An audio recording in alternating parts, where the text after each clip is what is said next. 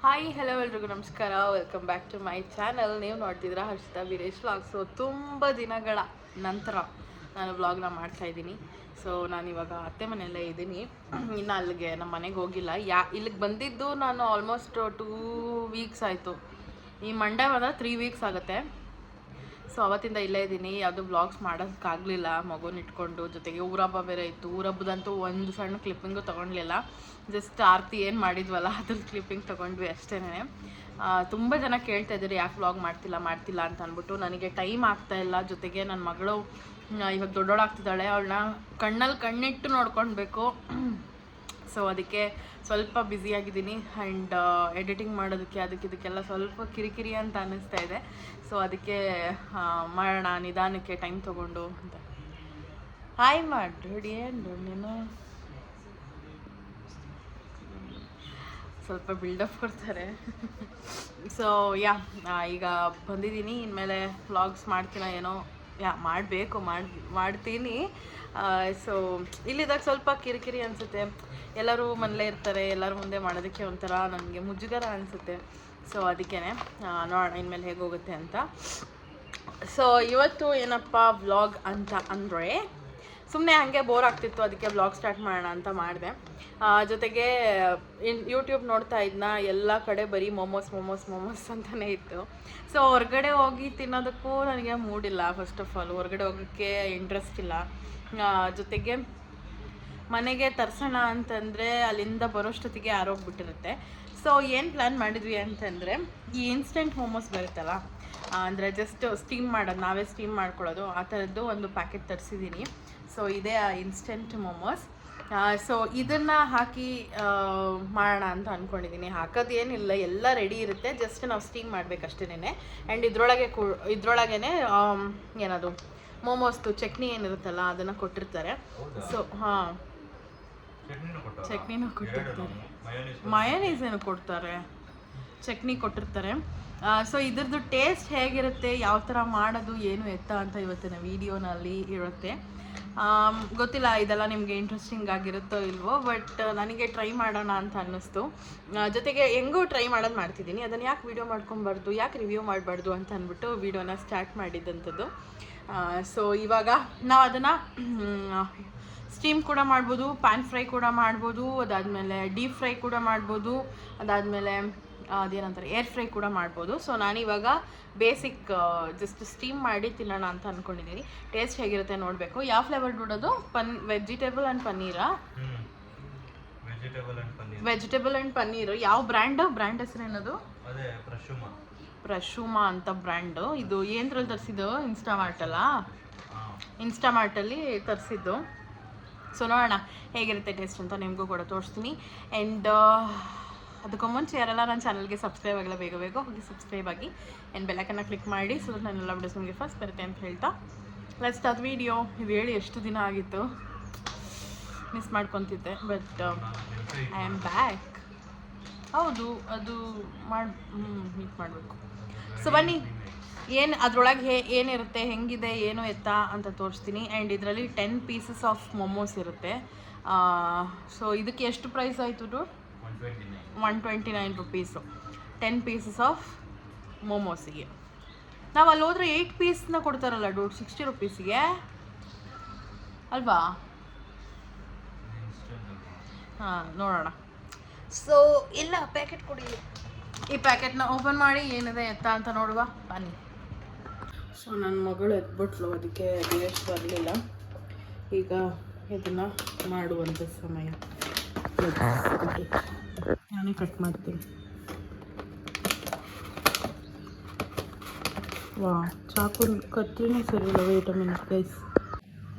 So you can see here, ಇದನ್ನು freeze ಮಾಡಿರ್ತಾರೆ. ಈ ಥರ ಇದೆ. ಸ್ಟೀಮ್ ಮಾಡ್ಕೊಂಡು ತಿನ್ನೋಣ. ಜೊತೆಗೆ ಸಾಸ್ ಕೊಟ್ಟಿದ್ದಾರೆ, ಮೋಮೋ ಸಾಸು ಒರಿಜಿನಲ್ ಅಂತೆ.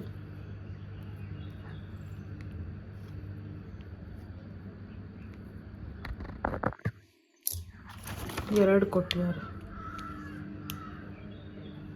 ಸೊ ಇದನ್ನು ಹೇಗೆ ಬಿಸಿ ಮಾಡೋದು ಅಂತ ಲೆಟ್ಸ್ ಸಿ. ಸೊ ನಾನಿಲ್ಲಿ ಇಡ್ಲಿ ಪಾತ್ರೆ ತೊಗೊಂಡು ಇದ್ರೊಳಗೆ ನೀರಿಟ್ಟಿದ್ದೀನಿ ಆ್ಯಂಡ್ ಇಲ್ಲಿ ಮೋಮೋಸ್ನ ಜೋಡಿಸ್ಕೊಂಡಿದ್ದೀನಿ 1 2 3 4 5 6 7 8 9 10. ಸೊ 10 ಮೋಮೋಸ್ ಇದೆ. ಇದನ್ನು ಅದರೊಳಗೆ ಇಡುವ. ಯಾವಾಗ ಫಸ್ಟ್ ಇಡಬೇಕು ಈಗ ಇಟ್ಬಿಡ್ತೀನಿ. ಇಷ್ಟೇನಾ? ಐ ಥಿಂಕ್ ಇದು ಫಸ್ಟ್ ಹೋಗಬೇಕು.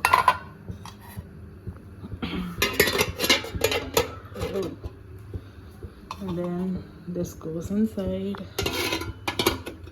ಯಾ, ಈಗ ಇದಕ್ಕೆ ಲಿಡ್ ಮುಚ್ಚಿ ಇಟ್ಬಿಡೋಣ.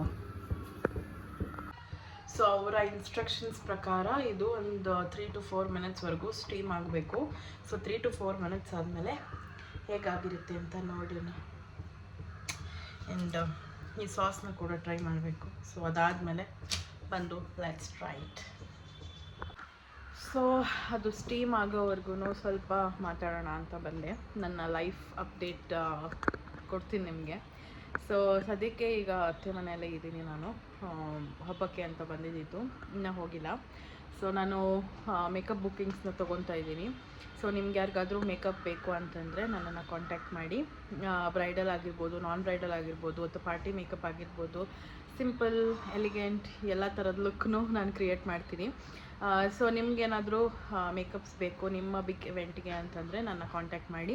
ಆ್ಯಂಡ್ ಇಲ್ಲಿ ಕೆಳಗೆ ಬರ್ತಿರುವಂಥ ನನ್ನ ಇನ್ಸ್ಟಾಗ್ರಾಮ್ ಪೇಜಲ್ಲಿ ನೀವು ಹೋಗಿ ಚೆಕ್ಔಟ್ ಮಾಡ್ಬೋದು ಯಾವ ಥರ ಮೇಕಪ್ಸ್ ಮಾಡಿದ್ದೀನಿ ಅಂತ ಅಂದ್ಬಿಟ್ಟು. ಆ್ಯಂಡ್ ನನ್ನ ಫೋನ್ ನಂಬರ್ ಕೂಡ ಹಾಕಿರ್ತೀನಿ, ವಾಟ್ಸಪ್ ಮಾಡಿ ನನಗೆ. ಕಾಲ್ಸು ಸ್ವಲ್ಪ ಅಂದರೆ ಮಿಸ್ ಕಾಲ್ ಅಂದರೆ ನನ್ನ ಕಾಲ್ಸ್ ಜಾಸ್ತಿ ತೆಗಿತಾ ಇಲ್ಲ, ಯಾಕಂದರೆ ನನ್ನ ಮಗಳು ಮಲಗಿರ್ತಾಳೆ, ನನ್ನ ಕಾಲ್ಸ್ ಬರೋದೇ ಗೊತ್ತಾಗಲ್ಲ, ನಾನು ಸೈಲೆಂಟಲ್ಲಿ ಇಟ್ಟಿರ್ತೀನಿ. ಸೊ ಅದಕ್ಕೆ ನೀವು ಬೆಟರ್ ವಾಟ್ಸಪ್ ಮಾಡಿದ್ರೆ ನಾನು ಬೇಗ ರಿಪ್ಲೈ ಮಾಡ್ತೀನಿ ನಿಮಗೆ. ಸೊ ನೀವು ಕೂಡ ಬುಕ್ಕಿಂಗ್ಸ್ ಮಾಡ್ಕೊಬೋದು. ಆ್ಯಂಡ್ ರೀಸನಬಲ್ ಪ್ರೈಸಲ್ಲೇ ನಾನು ಮಾಡಿಕೊಡ್ತೀನಿ. ಆ್ಯಂಡ್ ಎಲ್ಲ ಚೆನ್ನಾಗಿರೋ ಪ್ರಾಡಕ್ಟ್ಸೇ ಯೂಸ್ ಮಾಡುವಂಥದ್ದು. ನಾನು ಯಾವುದು ಲೋಕಲ್ ಪ್ರಾಡಕ್ಟ್ಸ್ ಯೂಸ್ ಮಾಡೋದಿಲ್ಲ, ಒಳ್ಳೊಳ್ಳೆ ಪ್ರಾಡಕ್ಟ್ಸ್ನ ಯೂಸ್ ಮಾಡ್ತೀನಿ. ಆ್ಯಂಡ್ ಮೇಕಪ್ ಕೂಡ ಚೆನ್ನಾಗಿ ಬರುತ್ತೆ.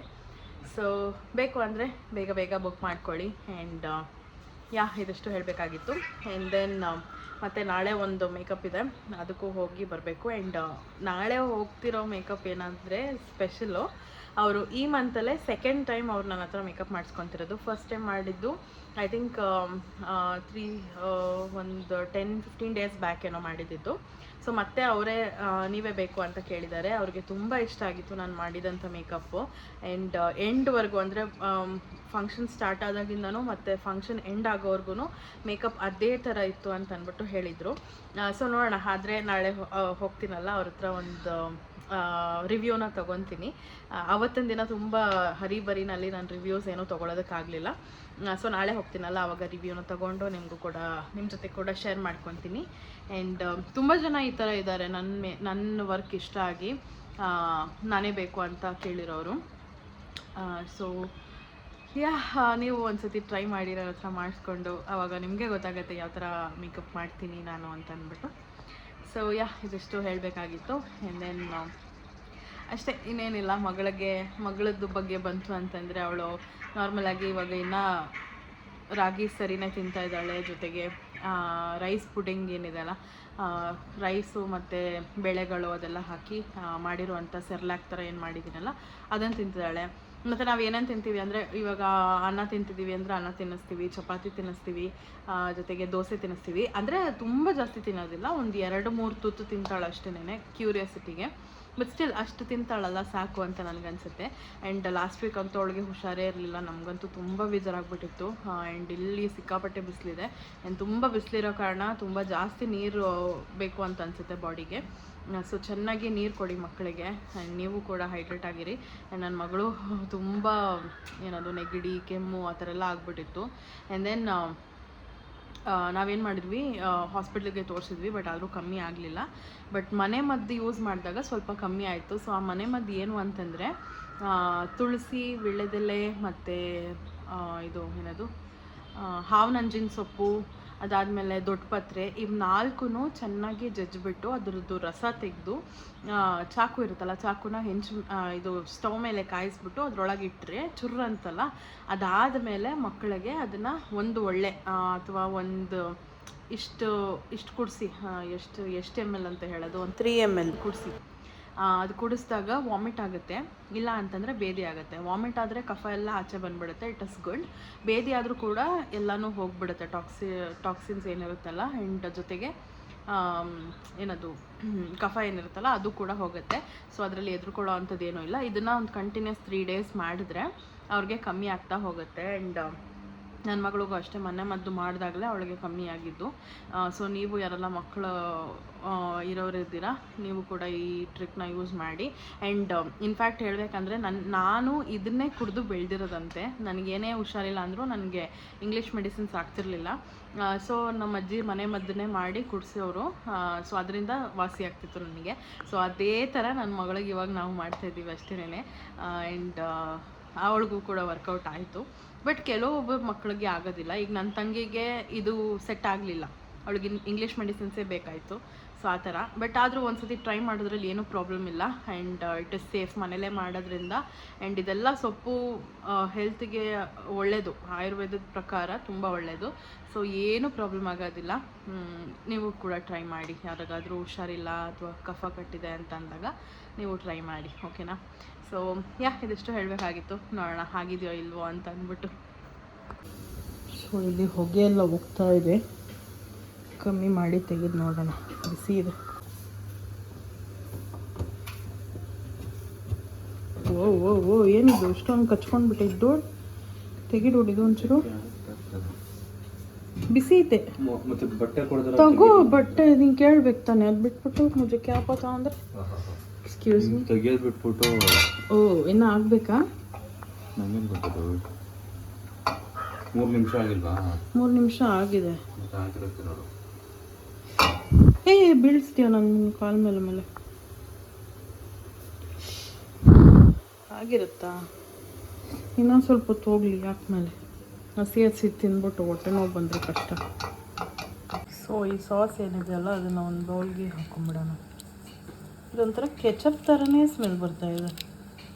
ಇಲ್ಲ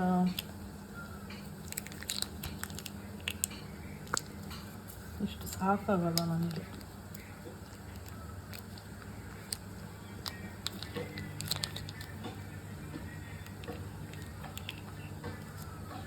ಇದೊಂಥರ ಶೆಜ್ವಾನ್ ಸಾಸ್ ಥರ ಸ್ಮೆಲ್ ಬರ್ತಾಯಿದೆ. ಸೊ ಗೈಸ್ ತೆಗಿಯೋಣ, ತುಂಬ ಹೊತ್ತಾಯಿತು. ಮೇ ಬಿ ಆಗಿದೆ ಅಂತ ಅನಿಸುತ್ತೆ. ಸೊ ಸ್ಟವ್ನ ಆಫ್ ಮಾಡಿಕೊಂಡು let's take it out.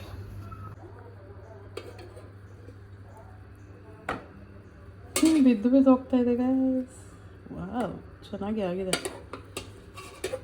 3 minutes ಇಟ್ಟರೆ ಸಾಕು.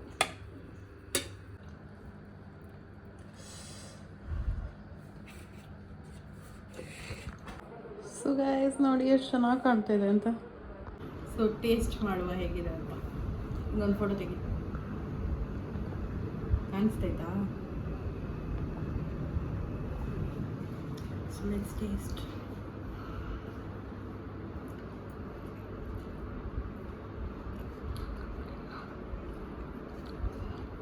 ನಿಜ ಚೆನ್ನಾಗಿತ್ತಾ?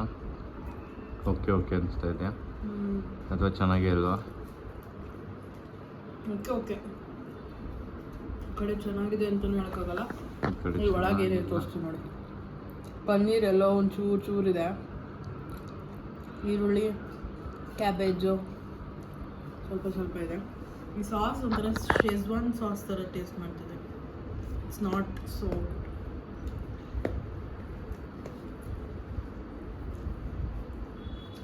ಅವರೇಜ್. ಓಕೆ ತೀರಾ ವಾವ್ ಅನ್ಸಲ್ಲ. ನನ್ನ ಫಿಲ್ಲಿಂಗು ಅಷ್ಟೇ ಅಷ್ಟೊಂದು ಜಾಸ್ತಿ ಏನು ಹಾಕಿಲ್ಲ, ತುಂಬ ಸ್ವಲ್ಪ ಇದೆ. ಒಂದ್ಸತಿಗೆ ಬೋರ್ ಆಗ್ತಿದೆ ಅಂದಾಗ ಯು ಕ್ಯಾನ್ ಟ್ರೈ ಅಷ್ಟೇ. ಬೋರ್ ಆಗ್ತಿದೆ ಅಂದಾಗಲ್ಲ, ಎಲ್ಲೂ ಸಿಕ್ಕಿಲ್ಲ ಅಂದಾಗ ಟ್ರೈ ಮಾಡ್ಬೋದು ಅಷ್ಟೇ. But I won't recommend. ನಾನು ಮತ್ತೆ ತರಿಸಲ್ಲ ಅಲ್ವಾ? ಮತ್ತೆ ತರಿಸಲ್ಲ. ಇದು ನಾಯ್ಸ್ ಇದೆಯಲ್ಲ, ಅದು ಟ್ರೈ ಮಾಡಬೇಕು. ಬರೋ ಚಿಕನ್ ಮಾತ್ರ ಇಲ್ಲದೆ ಅದು ಚೆನ್ನಾಗಿರುತ್ತೆ. ಸ್ವೀಟ್ಸ್ ಎಲ್ಲ ತಂದಿದ್ದೀವಲ್ಲ ಮಸ್ತ್. ಬಟ್ ಓಕೆ, ಹೆಂಗೆ ಹೇಳ್ತೀನಿ ನಾನು, ಒಂದ್ಸಲ ಟ್ರೈ ಅಷ್ಟೇ. ತಗೋ ಸೆಲ್ಫಿಲ್ ಮಾಡ್ಕೊ.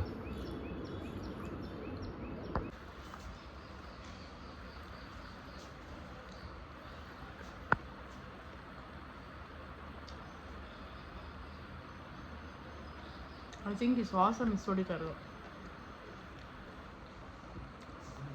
Not so good.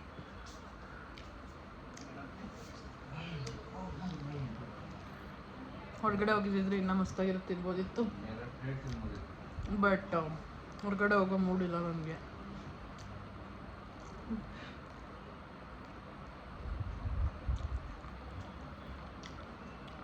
ಖಾಲಿ ಮಾಡಿ ಸಿಗ್ತೀನಿ. ಮಕ್ಕಳಿಗೆಲ್ಲ ತರಿಸ್ಬೇಡಿ, ಇಟ್ಸ್ ನಾಟ್ ಗುಡ್.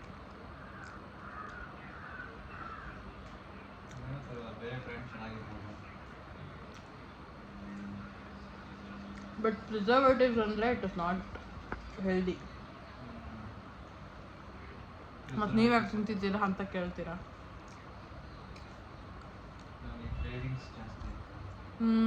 ಅದು ಮೋಮೋಸ್ ನೋಡಿ ನೋಡಿ ನೋಡಿ ಲೆಟ್ಸ್ ಟ್ರೈ ಅಂತ ಅಂದ್ಬಿಟ್ಟು ತರಿಸಿದಷ್ಟೇ. ಹೇಗೂ ಟ್ರೈ ಮಾಡಿದ್ದೀರ ಅಂತ ರಿವ್ಯೂ ಮಾಡಿದ್ವಿ ಅಷ್ಟೇ, ಏನಿಲ್ಲ. ನೋಡಿ ಮೇಲ್ಗಡೆ ಇರೋ ಪಾರ್ಟ್ ಎಲ್ಲ ಸ್ವಲ್ಪ ಇನ್ನೂ ಆಗಿಲ್ಲ ಅಂತ ಅಂದ್ಬಿಟ್ಟು ಎಲ್ಲ ಕಿತ್ತಾಗ್ತಾಯಿದೆ ನೋಡಿ.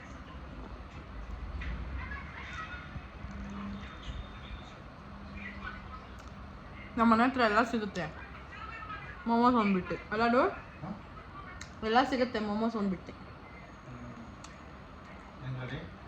ನಮ್ಮೂರಲ್ಲಿ.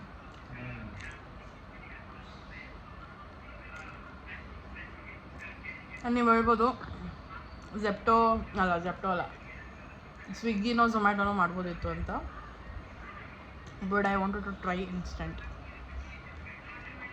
ಅಷ್ಟೇ. ಸೊ ಈ ವಿಡಿಯೋನ ಎಲ್ಲಿಗೆ ಎಂಡ್ ಮಾಡ್ತೀನಿ. ಐ ಹೋಪ್ ನಿಮ್ಮೆಲ್ಲರಿಗೂ ಇಷ್ಟ ಆಗಿದೆ ಅಂತ. ಇಷ್ಟ ಆಗಿದ್ರೆ ಲೈಕ್ ಮಾಡಿ, ಶೇರ್ ಮಾಡಿ, ಕಮೆಂಟ್ ಮಾಡಿ, ಸಬ್ಸ್ಕ್ರೈಬ್ ಮಾಡ್ಕೊಳ್ಳಿ, ಬೆಲ್ಲೈಕನ್ನ ಕ್ಲಿಕ್ ಮಾಡಿ, ಸೊ ನನ್ನ ಅಪ್ಡೇಟ್ಸ್ ನಿಮಗೆ ಫಸ್ಟ್ ಬರುತ್ತೆ ಅಂತ ಹೇಳ್ತಾ, thank you so much for watching guys. Bye.